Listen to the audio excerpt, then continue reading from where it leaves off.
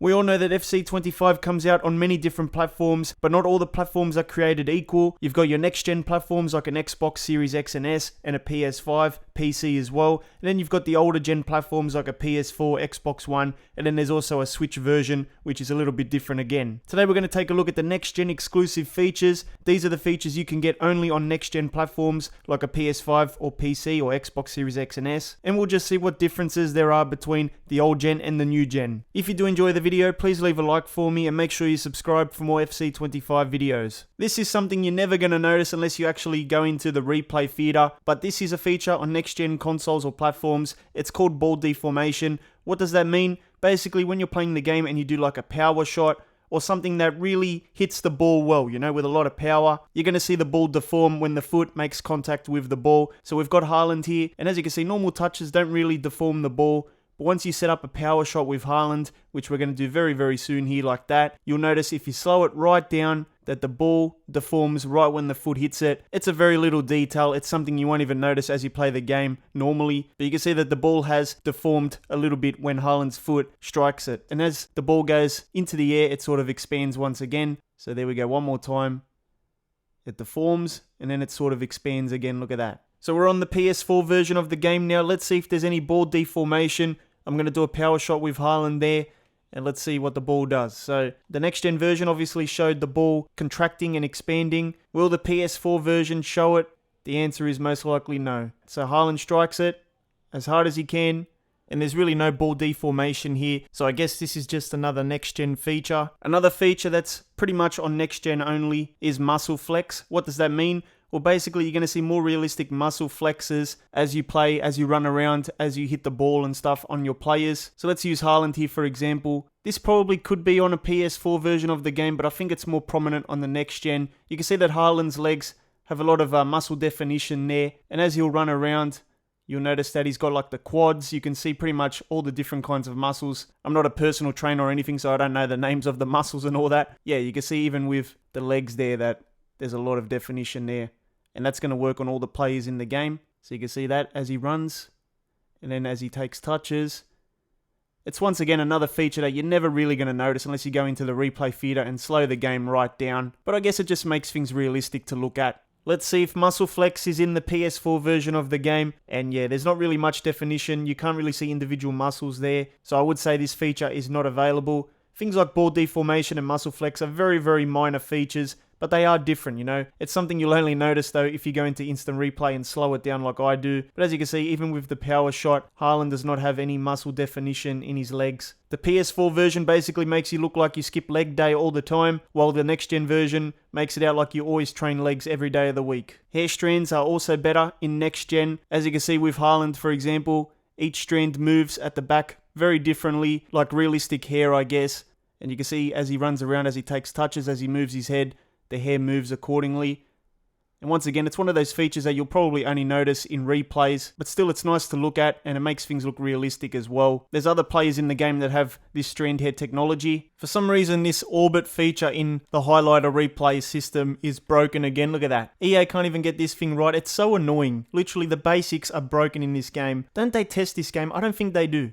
But anyway, Modric is another example of strand hair technology in the game. Look at the hair, the way it moves.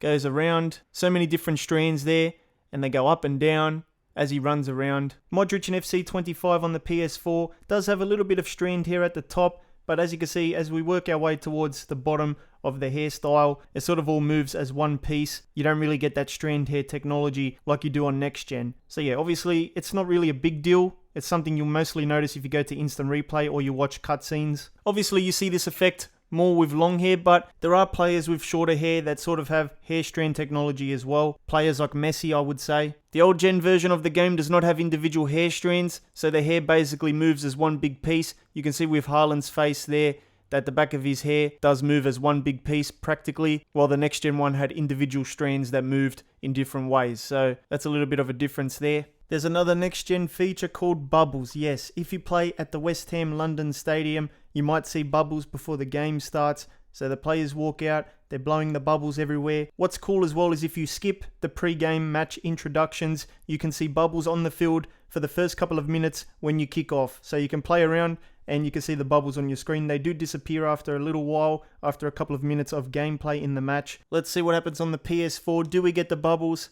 You would think bubbles isn't really a next-gen exclusive feature anyway. How hard would it be to have bubbles on a PS4? I don't think it would be that hard, but you can see that EA, even though they probably could have done it for the PS4, they did not include the bubbles as part of the presentation at London Stadium for West Ham. So we're just playing around here, no bubbles whatsoever. So if you want some bubbles, you have to buy the next-gen version of the game. Dynamic moments in career mode is also another next-gen only feature. What do I mean by dynamic moments? Those are basically the end of season and the Ballon d'Or cutscenes, ceremonies, whatever you want to call them. So the Ballon d'Or ceremony is only available on the next-gen platforms, I believe, alongside the end of year awards and also the bus parades if you win a trophy and things like that. Another thing that's next-gen exclusive is the fans leaving the matches early. Take a look at this example here. We play a game against Brighton, and from the first minute you can see that the full capacity has been taken up by the crowd. Everyone's there to watch this game. And then as we start beating Brighton 6-0, 7-0, even sometimes 3 or 4-0, the fans start leaving early. And as the match time plays out, as it keeps going along, more and more fans decide that it's time to get home, and they start leaving for the car park and public transport to go home. So yeah, you can see here 12-0 with Liverpool, 13-0 now, and half the seats are empty now, 14-0. So the fans are not loyal in the next-gen FC25 version. They will leave the game early if you're getting smashed or if you smash teams in career mode or kickoff. I think it does work on other stadiums, maybe it works with other teams as well, but I'm not too sure. I always come back and test it out at the Brighton ground because that's where I've seen the most dramatic experience of it. As you can see here, half the stadium is empty, and I don't really see that with some other grounds in the game. But I guess you can try it out at home with a different team or stadium and see what the fans do. The fans on the old gen version are much more loyal. They do not leave the match even if the game is 20-0. Take a look at this example. Man City's beating Brighton 8-0, 10-0, 12-0. And the game keeps going on, but the crowd doesn't care. They're going to stay around and then leave the match once the game is fully done. So that's a little bit different there. Alright, this is another feature that I like to call skid marks. Basically, in next-gen FC games, when you do slide tackles on the floor, you're going to chew up a bit of the grass, so you'll see a bit of dirt or mud after the slide tackle, and that's going to stay on the field for the remainder of the game. Even if you do a celebration, like a sliding one, you'll see the skid marks on the floor for the rest of the game as well. So yeah, I call it skid marks, but that's not the official name for it. You can see here with the photo that, yeah, you do see those dirt patches or mud patches, whatever you want to call it, where we've slid on the floor, we've chewed up that piece of grass, and that's pretty much the feature. On old gen FIFA, when you do a slide tackle, you do not get the skid marks on the floor. It just basically doesn't affect the grass at all. Thank you to my channel members Chris and Callum for your support. If you want your name featured here, just sign up using the link in the description. If you did enjoy, make sure you leave a like for me, make sure you subscribe for more episodes, and hit the thumbnail in the middle to watch another FC25 video.